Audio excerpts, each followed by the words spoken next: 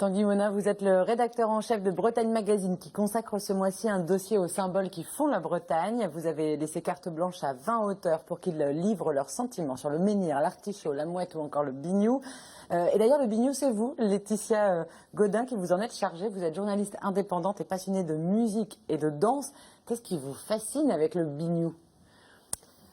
Alors j'étais un peu embêtée quand on me l'a proposé parce que justement... Parce que ça ne vous fascinait pas. Exactement. Enfin, c'est pas que ça me fascine pas, c'est que j'ai longtemps été une danseuse dans un cercle celtique, le cercle du Croix-Stipe, faut pas le nommer, qui est champion de Bretagne aujourd'hui. Je place. Et c'est vrai que quand j'étais danseuse, j'avais une préférence pour le chant en couple, comme à Discord, et puis pour les groupes aussi. Mais c'est vrai que quand le biniou, quand c'est bien joué, quand il y a un couple de haut vol biniou-bombarde, j'apprécie. C'est pour ça que je cite Youn Le Cam ou Michel Carvaillant, qui sont des sonneurs très performants dans la musique bretonne. Justement, Youn Le Cam joue avec Ibrahim Malouf et il a été formé par Ibrahim Malouf aussi. Et voilà, ce que j'aime moi dans le biniou, c'est des histoires qu'il raconte et c'est ce que j'explique. Cet été, on m'a raconté cette histoire de biniou qui recherche ces bombardes de sœurs parce que Julien Lemantec, qui est un contrebassiste, a hérité d'un biniou, d'un cousin lointain. Et ce biniou présentait 4 lévriades. Les lévriades, ce sont les 4 pipeaux. Alors, je fais la maline, mais j'en savais rien avant qu'on me l'explique. Et aujourd'hui, ce biniou date du 19e siècle. Et le challenge aujourd'hui, c'est de retrouver les 4 bombardes qui étaient associées à ce biniou. Et donc, je trouvais ça assez sympa d'associer une histoire à un instrument. Et c'est ce qui est assez intéressant chez le biniou, parce qu'il y a beaucoup d'histoires en fait, qui s'y associent.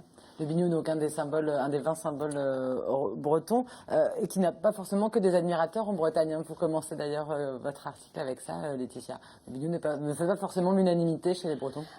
Une fois encore, le biniou, c'est très bien quand c'est bien joué. Quand c'est moins bien joué, c'est beaucoup moins sympa parce que ça fait un bruit un petit peu strident qui peut être dérangeant, qui est proche du bruit de la sirène. Ouais. Mais voilà, quand c'est très bien joué, ça peut vite devenir très agréable et voilà, ça dépend de celui qui officie. Tanguy Monin, comment est-ce que vous avez choisi ces 20 symboles de la Bretagne? Parce qu'on aurait peut-être mettre 100 symboles, 200 symboles, mais non, 20. On a cherché à choisir les plus évidents, en fait. On avait commencé à partir dans des voies un petit peu plus compliquées, plus abstraites éventuellement. Et puis au final, on s'est dit, bon, si on demande à des gens dans la rue, à Brest, à Saint-Brieuc ou à Paris, c'est quoi les symboles de la Bretagne? On l'a d'ailleurs un petit peu fait sur Facebook. Qu'est-ce qu'on va nous répondre? C'est ceux-là qui sortent, hein, c'est les grands classiques. Du coup, on était un petit peu embêtés avec ces grands classiques parce que quelque part, on a l'impression de tous les connaître. C'est pour ça qu'on est allé chercher des auteurs, tous différents, et en leur laissant une carte blanche pour qu'ils nous racontent, qu'ils nous apprennent des choses ou qu'ils nous donnent des souvenirs associés au symbole de la Bretagne. Alors vous êtes allé chercher ces auteurs, justement, comment est-ce que vous les avez trouvés? Pourquoi avoir choisi telle ou telle personne? Pourquoi avoir choisi Laetitia pour parler du biniou, par exemple, puisqu'elle est là? Voilà, c'est notre carnet d'adresses. Hein. Ça fait bientôt 20 ans que Bretagne Magazine existe, donc on commence à savoir qui est spécialiste de quoi en Bretagne. Et effectivement, il y a des aspects scientifiques pour certains symboles, il y a des aspects vraiment sur le ressenti, comme vous disiez, certains c'est leur souvenir d'enfance. Celui du pâté naf, par exemple, pour le citer, qui est bien, c'est la seule marque qui est représentée dans les symboles, mais voilà, et là c'est...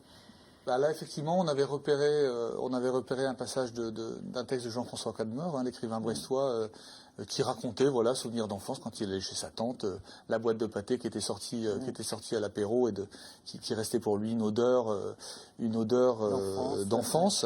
Donc ça, effectivement, on a été chercher quelques écrivains. On a aussi publié un texte de Jean-Pierre Abraham pour parler du marin, le marin breton, un très beau texte, très simple. Michel Lebrise aussi, qu'on a mis à contribution, là, c'est sur la thématique de la marée. Donc on a effectivement des auteurs, des écrivains, on a des journalistes, mais on a aussi des scientifiques, des ethnologues. L'idée, c'était vraiment de porter des regards différents et vraiment personnels sur ces symboles.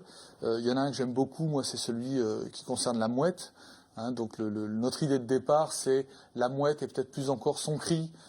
sont vraiment associés à la Bretagne. Il n'y a pas un documentaire ou un reportage sur la Bretagne qui commence pas dès lors qu'on est sur le littoral avec un cri de goéland. Et du coup, la question que l'on a posée, c'est à la personne qui a écrit ce texte, c'est finalement, quand on dit vos gueules les mouettes, est-ce qu'on dit vos gueules à une mouette ou est-ce qu'on dit vos gueules à un goéland, puisque quelle est la différence en fait entre mouette et goéland? Voilà, quelle est la différence en fait, il n'y en a pas. En France, on fait le distinguo entre la mouette et le goéland, mais on est un peu les seuls, les Anglais, les Italiens, les Allemands, pour eux tout ça c'est la même chose.